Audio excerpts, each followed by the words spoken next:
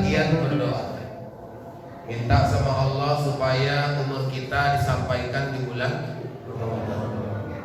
Bahkan kita berusaha doanya mengikuti tuntunan Rasulullah, sebagaimana yang ditulis oleh Imam An-Nawawi dalam kitab Al-Azkar, Allahumma barik lana fi Rajaba wa Sya'bana wa balighna Ramadan.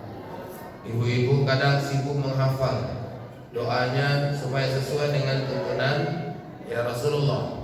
Ya Allah, berkahi kami di bulan Rajab dan Sya'ban, dan sampaikan umur kami di bulan Ramadan. Sekarang Bapak Ibu, sudah terbukti bahwa doa kita dikabulkan oleh Allah Subhanahu wa taala. Alhamdulillah. Bapak Ibu, karena doa kita sudah dikabulkan oleh Allah, maka sikap terbaik kita pertama adalah berbahagia dengan doa yang sudah dikabulkan Allah. Berbahagia itu bahasa psikologi, tapi kalau bahasa religiusnya itu adalah bersyukur. Karena orang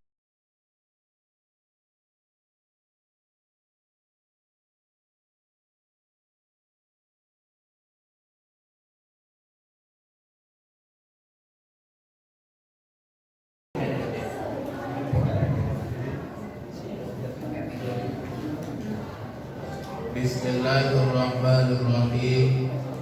Assalamualaikum warahmatullahi wabarakatuh.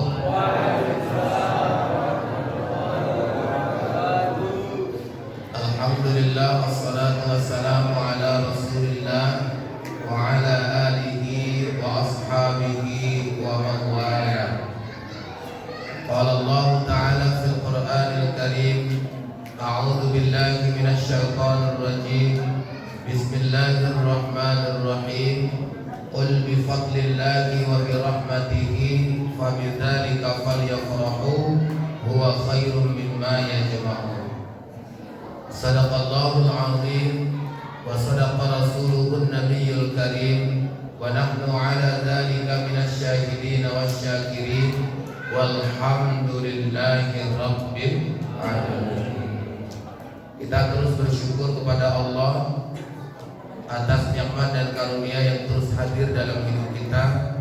Salawat dan salam tidak lupa kita sanjung tinggikan kepada Nabi yang kita cinta, baginda Rasulullah Muhammad sallallahu alaihi wasallam.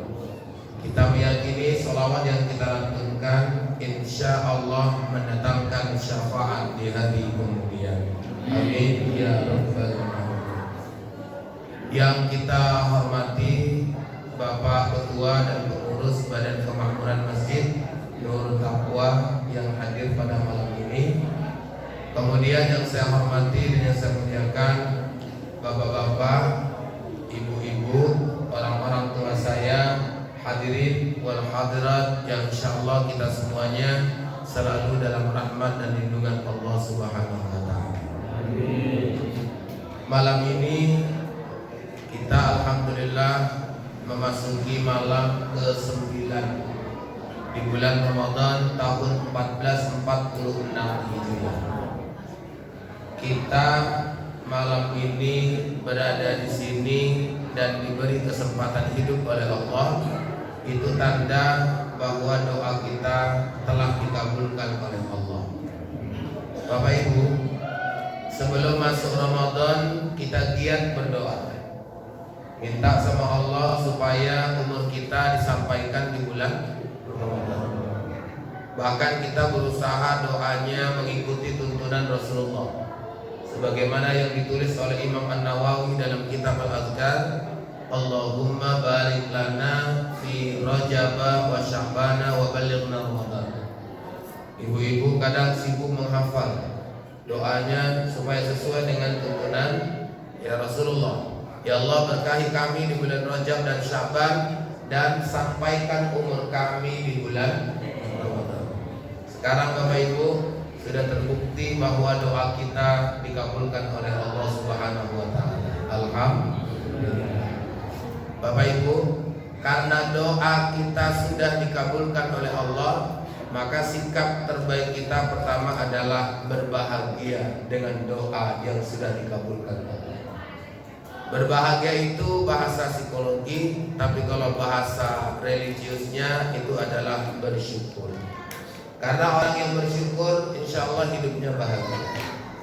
Lah Pak Ustadz, kenapa menggunakan nomenklatur atau istilah bahagia? Karena memang kita ini Bapak Ibu, setiap mendapatkan nikmat dan karunia Allah kita disuruh bahagia. Sebagaimana tadi ayat di awal saya bacakan, Quran surah Yunus ayat 58, Qul bi fadlillahi wa bi rahmatihi fa bidzalika falyafrahu. Katakanlah dengan rahmat dan karunia Allah, maka dengan itu berbahagialah kalian. Kita disuruh untuk bahagia. Kalau kita merasakan ada nikmat dan karunia Allah, kita dituntut untuk berbahagia.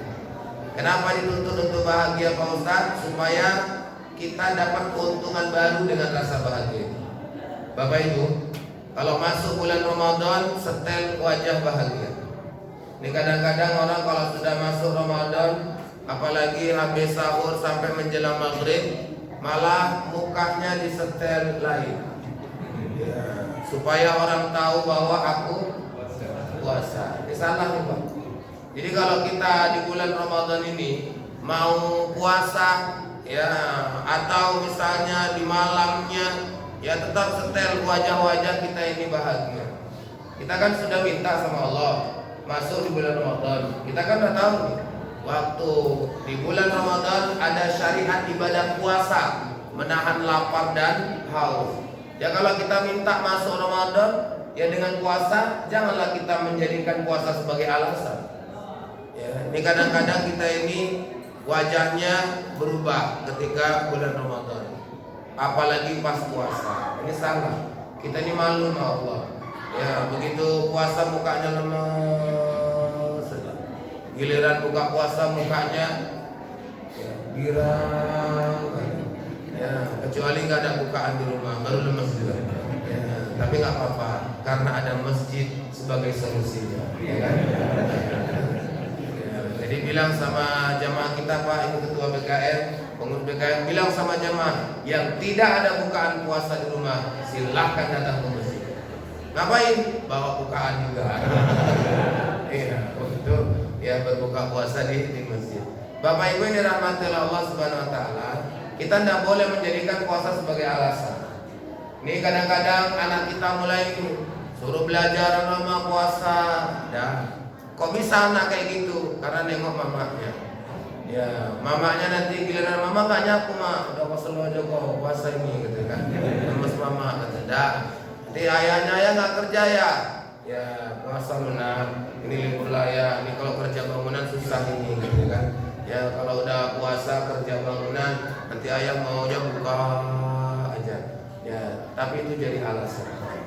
Kalau ditanya apakah itu bisa jadi alasan Pak Ustadz puasa ini, kemudian kita badannya seolah-olah lemes, wajah tak bersemangat, salah. Kalau Bapak Ibu puasa mukanya muka ini nggak semangat, kemudian badannya lemes, nanti seolah-olah kita akan bilang sama orang di luar sana yang non muslim, ini puasa ini menyiksa.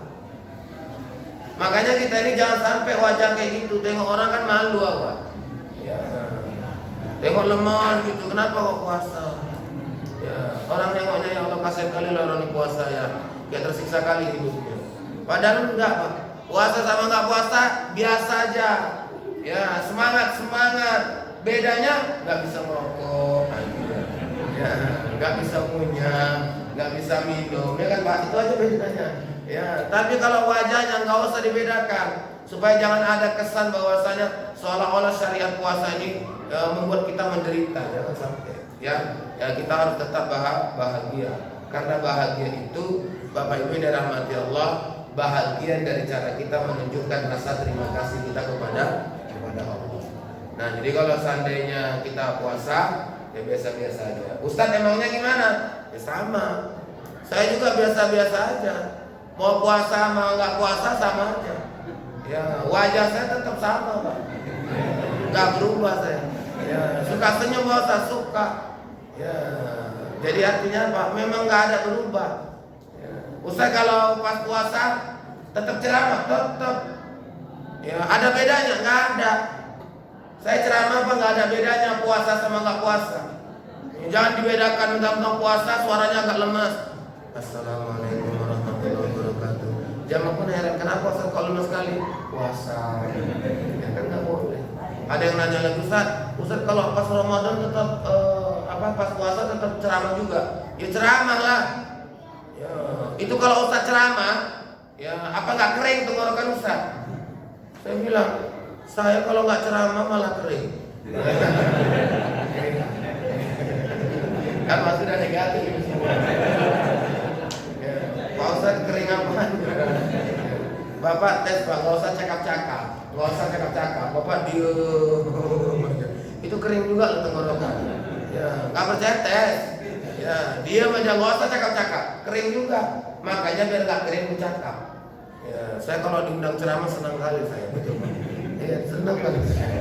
Ya, nggak kering loh. Ya, saya kalau nggak ada ceramah ya Allah kering kali. Ya, maksudnya gini Pak, kita ini kalau misalnya berpuasa, jangan jadikan puasa sebagai alasan fisik kita lemah, wajah kita tak bersemangat. Jangan gitu.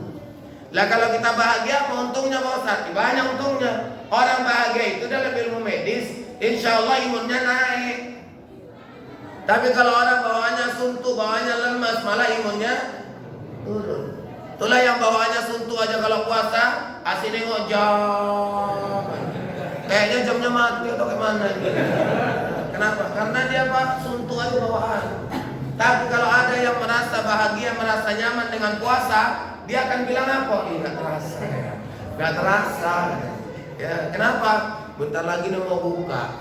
Rupanya ya tidur aja kerjaan dia. Makanya nggak terasa. Tapi Bapak Ibu yang dirahmati Allah, kita harus bahagia. Kalau bahagia enak loh kita menjalani semuanya, ya kan? Ibu, kalau suami ibu gajinya sedikit, ibu bahagia, kira-kira rukun nggak rumah tangga tuh? Nggak jauh. Ya, berarti duit lah ngaruh ya. Ngaruh bahagia ya. Dalam usah tanya mama lah. Ya, payah jawabannya. Ya, tapi memang kita kalau udah bahagia imunnya naik. Bapak boleh baca dalam ilmu medis, ibu boleh baca dalam ilmu medis. Orang bahagia itu imunnya naik. Kalau dia imunnya naik, kita akan dijauhi oleh penyakit. Makanya dokter bilang sakit itu dua sumbernya. Pertama dari makanan dan minuman, yang kedua dari pikiran dan perasaan. Ini dua. Ternyata Bapak Ibu, yang banyak ditakuti oleh manusia sumber penyakit itu makanan dan minuman. Padahal makanan dan minuman itu cuma berpengaruh 20% menyebabkan kita sakit. Yang paling banyak menyebabkan kita sakit itu adalah pikiran dan perasaan. Pikiran dan perasaan. Makanya kalau makanan dan minuman ini sebenarnya nggak usah dipantang-pantangin. Cuman 20%-nya menyebabkan kita sakit. Ini kadang sibuk kali kita. Kalau udah dikasih makanan bawaannya protes aja. Dikasih udang apa katanya? Kolesterol. Dikasih kari kambing apa katanya? Darah tinggi. Orang Arab tuh hampir tiap hari makan kambing, makan daging, nggak ada darah tinggi. Iya Pak, saya apa sama orang Arab, apa kata orang Arab? Ustaz, yang menyebabkan darah tinggi itu bukan makan daging kambing. Jadi makan kuahnya. Saya penasaran, betul itu? Iya betul. Yang menyebabkan naik darah tinggi itu bukan makan dagingnya, tapi makan kuahnya. Kenapa gitu? Ya iyalah Ustaz, awak kawan makan daging, awak kuahnya. Rupanya itu. Orang Arab mandi juga seluruh rupanya. Ya Allah ya Allah. Ini ada dapat kambing apa kambing sing darah tinggi.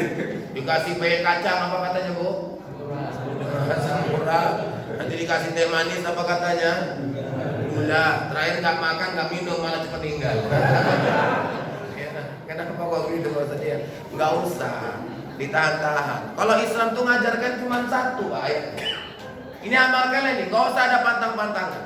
Cuma amalkan ayat ini. Apa kata Allah dalam Al-Quran? Kulu washrabu wala tusrifu.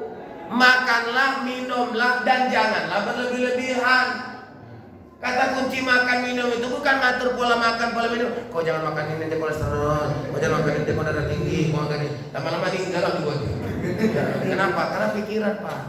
Masuk ke pikiran. Jadi Pak Ustadz, kuncinya jangan berlebih-lebihan. Jangan melampaui batas. Ya, ini kadang ada tahu kolesterol ini dari udang misalnya. Kita nengok udang, bawaannya selera aja. Terus satu piring habis. Habis itu begitu meninggal yang disalahkan ahli baik. Ulah gara-gara kau masak udang. Padahal yang salah dia. Mulutnya ini nggak bisa dijaga. Kita kan kayak gitu Pak modelnya. Tengoklah nanti kalau ada buka puasa itu, ya semua jenis ya masuk. Ya, es masuk, ya kan, air putih masuk, teh manis masuk, ya kan, habis itu kue-kue masuk semuanya. Ya Allah, buah-buahan masuk semuanya, nasi-nasi masuk semuanya. Apa enggak begitu tarawih si protes sama imamnya? Lama imamnya. Ya, yang disalahkan imamnya. Padahal awak banyak makan. Ya, masuk. Ya, itu Pak. Ya, tapi ada juga bapak-bapak bagus ya. Giliran buka yang dingin-dingin dulu, nanti habis tarawih, ya kan, baru dia makan. Itulah yang habis tarawih nggak pernah dengarkan ceramah, karena dia ya, ada tuh Pak, ada Pak. Yang nggak dengarkan ceramahnya ada nih kan, ada. Habis tarawih kurang cabut dia. Kenapa? Makan sudah menanti di bawah. Ya, itu Pak itu kan. Ya, atau dia nggak pulang Pak. Cuman pandangannya nengok Ustaz ada gini, ya, bapak-bapak, ibu-ibu. Makanan itu 20%, pikiran dan perasaan itu 80% pengaruh.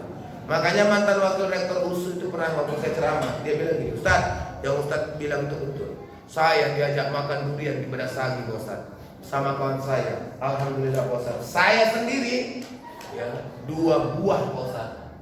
Saya makan sendiri, bukan 2 batu ya, 2 buah, 2 buah. Habis itu wajib, nggak naik kolesterol saya. Pulang ke Medan Ustaz, nggak naik kolesterol saya. Tapi 2 minggu kemudian, kawan saya yang dari Bedasagi itu pergi ke Medan. Saya sambung lah Ustaz, saya ajak makan durian di Ucok durian. Habis 2 batu, bukan 2 buah, baru habis aku 2 batu Ustaz. Udah naik kolesterol Ustaz. Kenapa Pak Haji? Aku yang bayar Ustaz. Rupanya yang naik kolesterol itu yang bayar. Jadi yang makan nggak naik. Ya, apalagi gratis, ada naik. Saya dikasih musangking, ya kan? Oh, di apa bolang itu, di durian bolang itu, di pusat musangking. Katanya musangking ngeri kan Pak? Ya, ini bisa naikkan ini nih, kolesterol nih. Nah, alhamdulillah, hajar aja. Orang aku nggak bayar. Terakhir besok ada yang bayar itu kita buat set Bang. Agak oyong nih saja. Makanya kita pikiran. Lah, mana yang banyak meninggal duluan, suami atau istri? Nah, baru jawab. Suami. Kenapa kok suami yang banyak duluan meninggal? Karena banyak suami yang terbebani pikiran dan perasaannya. Gimana tahu? Aturannya ibu nggak boleh tahu loh. Ya ibu harus begitu kayak gitu. Cuma ketawa orang tuh. Ya udah. Ya enggak Pak. Karena waktu di kantor beban pikiran. Sampai di rumah beban perasaan. Bininya masih merepek. Makanya yang sayang sama suaminya, mau panjang umur suaminya, tolong jangan bebani perasaan suami. Makanya mana lebih banyak janda atau duda? Janda. Sekarang lagi ngetren janda semakin di depan. Ngetren juga sekarang. Nah, memang banyak janda daripada duda. Ya, kok gitu Pak Ustaz? Ya, kalau saya buktikannya sampai-sampai Pak saya ceramah di Sahabat, itu ada satu masjid bukan penyantunan anak yatim. Buat acara penyantunan janda. Penyantunan janda. Biasanya Ustaz kalau penyantunan anak yatim itu kan suruh ikut bagi kan. Ya, Ini penyantunan janda. Saya disuruh ikut bagi, tapi saya tolak. Saya nggak mau. Siapa yang disantunin? Ya janda Ustaz. Mana jandanya? Itu pas saya di depan-depan itu. Saya tengok satu-satu. Maaf ya Bu, banyak kali Pak yang masih muda, putih, cantik, bening. Kira-kira Bapak ada rencana biar aku bawa ke sana. Gak sanggup saya bilang nggak mau saya Bu. Ustaz ini santunannya dari kami Ustaz. Enggak. Ya kenapa Ustaz? Takut aku loh. Kok takut? Ustaz orang ngasih aja kok takut. Takut loh Bu. Nanti begitu ku kasih santunan itu, pas pula kena janda yang masih muda, putih, cantik, bening dari itu. Begitu dikasih apa katanya Ustaz? Jangan disantuni, dinafkahi aja. Apakah itu Pak? Aku tolak saya. Tapi Bapak Ibu begitulah dia. Nah, gini, orang yang di bulan Ramadan dia bahagia, maka insya Allah ibadahnya maksimal Pak. Percayalah. Tapi kalau bawaannya suntuk aja, gila nggak masjid Pak. Nah, setelah banyak kali rakaatnya, ini lumayan ini 11 kan. Saya malam pertama kena 23 Pak. Kesan pertama kurang menggoda. Enggak, maksudnya gini, 23 masih ada kan. Ini kan udah 11 ini. Rata-rata yang saya isi itu 11. Cuma yang pertama itu yang 23. Ya, kenapa kok Ustaz masuk juga? Ya kan nggak boleh kita pilih-pilih ya kan. Mau 23, ya kan. Mau 11, 11. Ya nggak ada masalah ya kan. Ya, yang penting kan ini. Nggak nanti Pak kan payah dinilai orang awak ya kan. Ustaz itu tengok tua nggak mau, dia kalau 23 nggak mau dia. Tapi kalau nanti usia mulai lanjut, ya kan Pak, entah udah nyampe 60 atau 50 udah mulai lumayan kaki terasa ya kan. Nah itu barulah, aduh aku nggak sanggup yang 23. Nah, itu boleh kita jadikan alasan. Ini masih muda, masih gagah. Ya kalau ada 40-60 bantu. Maksudnya terawih sini habis pindah satu lagi jadi 46. Ya Bapak Ibu ini rahmatil Allah. Pertama bahagia ya. Jadi kalau kita bahagia insya Allah maksimal. Yang kedua, bertanggung jawablah atas doa yang sudah kita sampaikan kepada Allah dan sekarang sudah dikabulkan. Kita ini jangan suka minta aja, giliran dikasih sama Allah nggak tanggung jawab. Maksudnya apanya mau tanggung jawabkan? Loh, kita minta sama Allah masuk Ramadan, sekarang udah masuk. Apa yang kita lakukan? Apa yang kita kerjakan? Jangan santai-santai aja. Itu namanya pandai minta, tapi tak pandai bertanggung jawab atas permintaannya. Lah kalau kita misalnya minta sama Allah masuk Ramadan, karena Allah nggak cakap lah sama kita.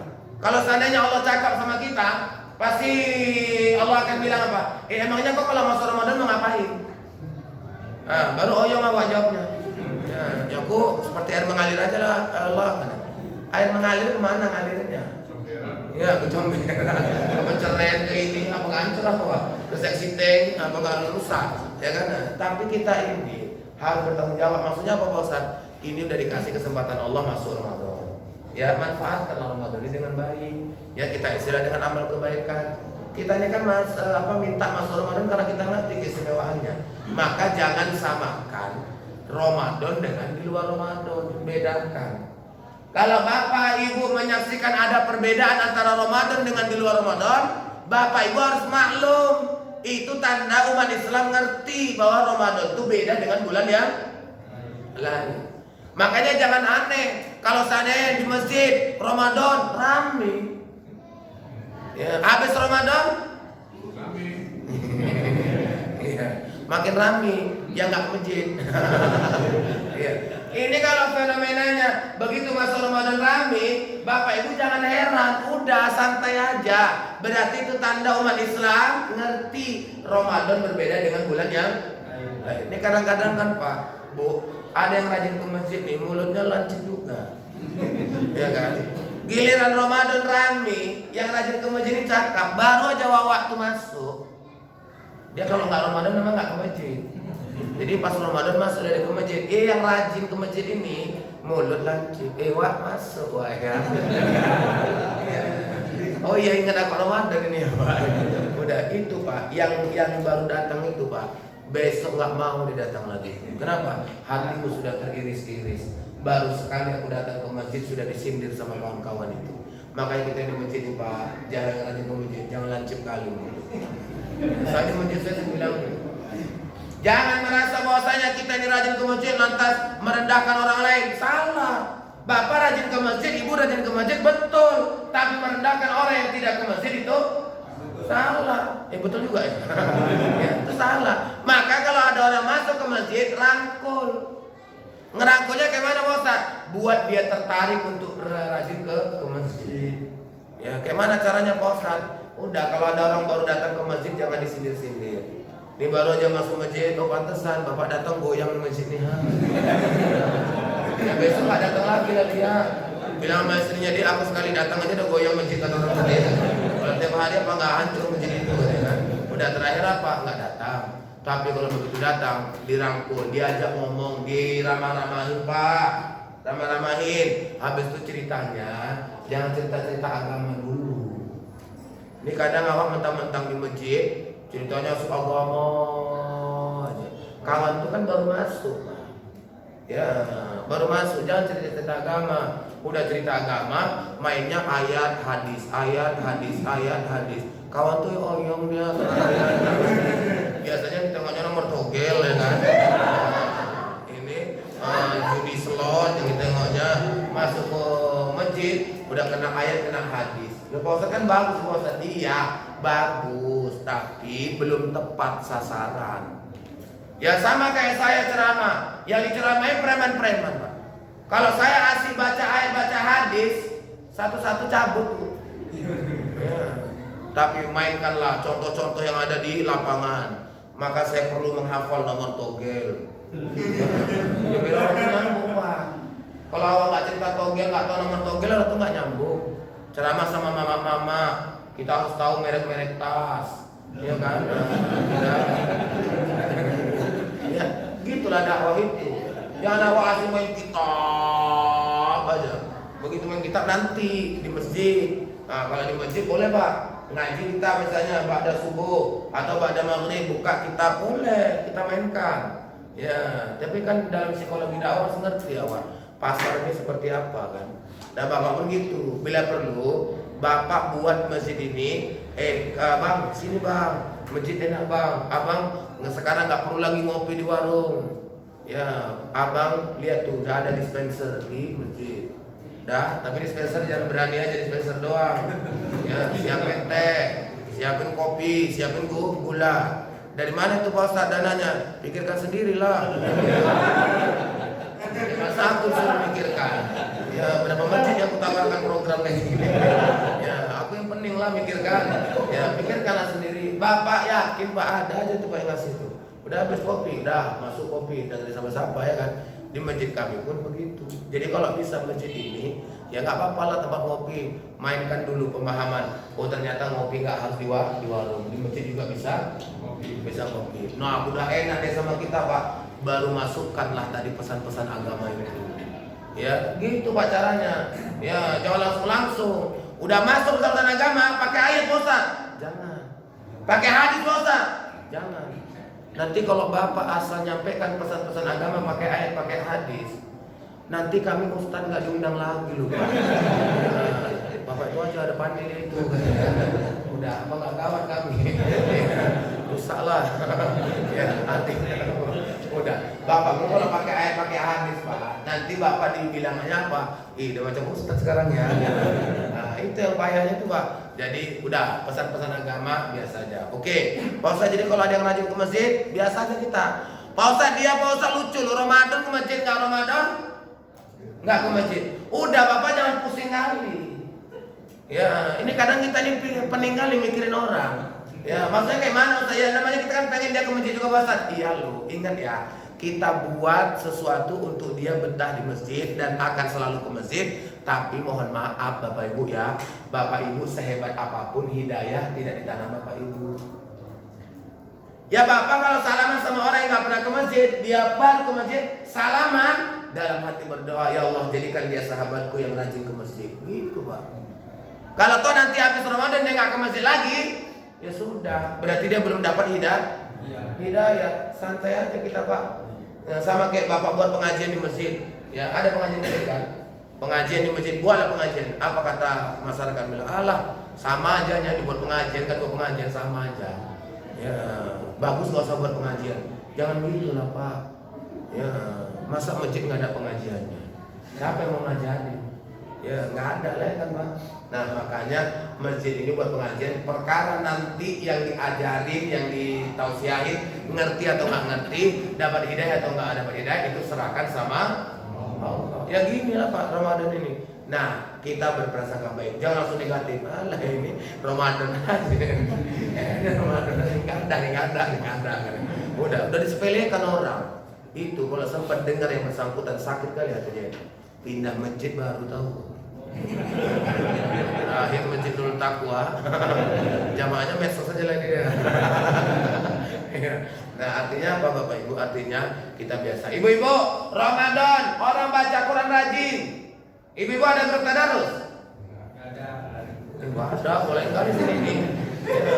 Ada ibu. Bapak-bapaknya ada grup tadarus?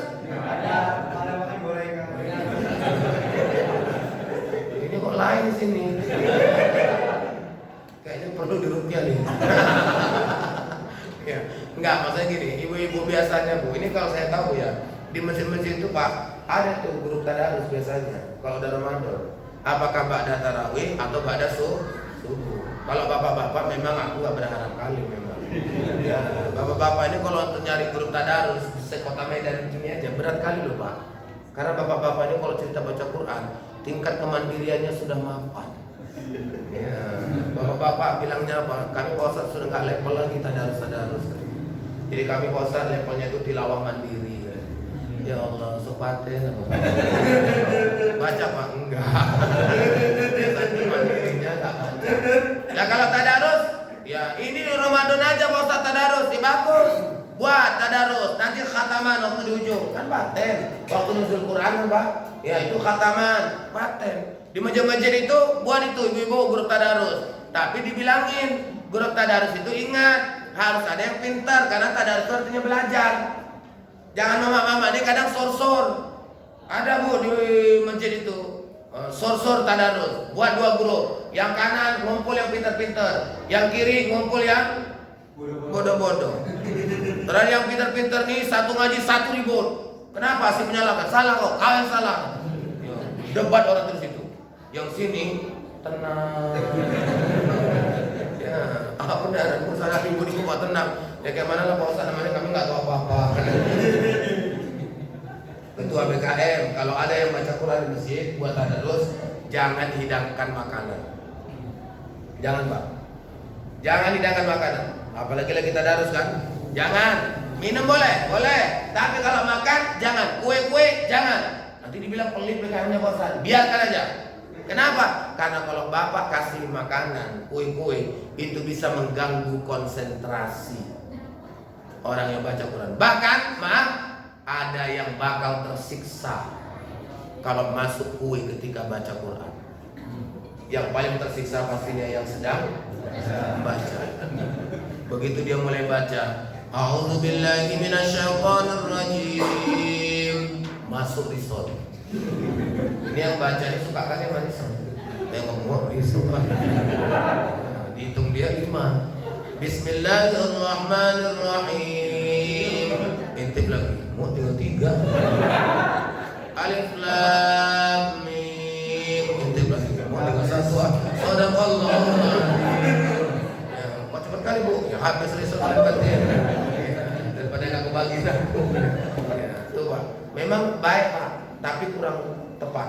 Ya, kenapa? Adab dalam membaca Al-Quran. Dah, apalagi sedekah orang rajin. Sini ada kekurangan, bukan puasa. Enggak ada Pak. Ya alhamdulillah. Ya biasanya tanda enggak kekurangan, nanti habis saya ceramah ini ketahuan. Kalau saya habis ceramah ini tetap air putih ini aja yang ada, berarti memang habis itu kan. Ini kita real aja Pak, real. Ya kita kapan kita ini nih? Kok gitu Pak Ustadz? Iya. Orang kalau udah Ramadan tuh rasa berbaginya tinggi, tingkat sedekahnya tinggi. Oh gitu Pak Ustadz? Iya. Karena orang udah paham kalau dia ngasih makanan untuk berbuka puasa orang yang sedang berpuasa, dia akan dapat pahala orang berpuasa tanpa mengurangi pahala yang bersangkutan. Jadi kalau kita ngasih bukaan puasa, ngasih 5 risol, dimakan oleh 5 orang yang berpuasa ketika berbuka puasa, maka kita akan dapat pahala 5 orang yang berpuasa. Tapi ingat, pastikan 5 risol dimakan oleh 5 orang. Karena pernah kejadian 5 risol yang makan. Kalau sempat itu terjadi, aturannya pahala 5, gara-gara 5 yang makan cuma 1, tinggal 1. Maaf ya Pak, ini kali-kali mama. Enggak, kita beribadah nggak boleh gitu ya. Nah, Ustaz kok bilang mama Ustaz? Karena kan saya 6 tahun dengan masjid Pak. Ini mama ngasih semangka aja. Semangka nggak pernah libur itu. Ibu A ngasih semangka, ibu B ngasih semangka, besoknya ibu C ngasih semangka. Kutanya lah ibu kok nggak pernah absen semangka ini. Cari buah yang lain apa? Tak jeruk, tapir gitu kan enak ya kan. Ini nggak asli semangka. Apa kata dia? Jadi kok nggak tahu semangka ini banyak pahalanya. Orang ibu ngasihnya cuma 1 kok. Itu kan boleh dipotong-potong. Boleh dipotong-potong jadi 30 kan. Berarti ibu bisa dapat pahala 30 orang yang berpuasa. Itulah kau nggak nyimak Ustaz ceramah. Oh iya Bu, iya. Dalam hatiku Pak batin. Ibunya nggak tahu. Ya semangka dia itu cuma aku yang makan. Ya berarti pahalanya berapa Pak? Kalau pakai kayak gitu. Tapi Bapak Ibu, ya begitulah. Maksud saya sederhana aja. Kita pertama berbahagia terus setelah kita di bulan Ramadan. Ya, yang kedua ya, bertanggung jawab atas doa kita. Kita udah dikasih kesempatan hidup di bulan Ramadan, manfaatkanlah Ramadan ini. Kan masih banyak nih kan, 21 hari lagi kan. Nah di 21 hari lagi itu, mari sama-sama kita manfaatkan waktu dengan baik. Ya Bapak Ibu, supaya Ramadan itu maksimal, anggaplah Ramadan ini sebagai Ramadan yang terakhir. Supaya kita tidak pernah memikirkan Ramadan yang akan datang. Kalau Bapak masih berpikir akan ada Ramadan tahun depan, Bapak akan bilang, aku tahun depan aja. Ya, nggak baca Quran Pak, nggak, aku rencana aku tahun depan. Ya, rupanya nggak nyampe tahun depan udah game over ya. Ya, habis kita. Tapi kalau kita jadikan Ramadan ini seolah-olah Ramadan yang terakhir, kita akan maksimal berada di Ramadan tahun ini. Ya, ini hanya sekedar pesan-pesan untuk mengingatkan kita supaya kita ini bisa maksimal di bulan Ramadan. Bapak Ibu, ini aja. Mohon maaf karena waktunya lewat. Ya, sudah terlihat tadi 15 sampai 20 menit. Ini ku tengok udah 30 menit lebih aku jalan. Ya, dia kalau kurang nggak boleh, kalau lebih boleh. Ya kan? Tapi kalau lebih biasanya sama aja itu. Kecuali ada yang perasaan. Enggak Ibu, intermezzo ya. Ya, jadi Bapak Ibu ini saja, insya Allah nanti kita ketemu lagi di jadwal yang satu lagi ya insya Allah ya. Mudah-mudahan kita selalu dalam keadaan sehat dan selalu diberikan ya hidayah iman dan Islam oleh Allah Subhanahu wa taala. Amin. Amin. Wassalamualaikum warahmatullahi wabarakatuh.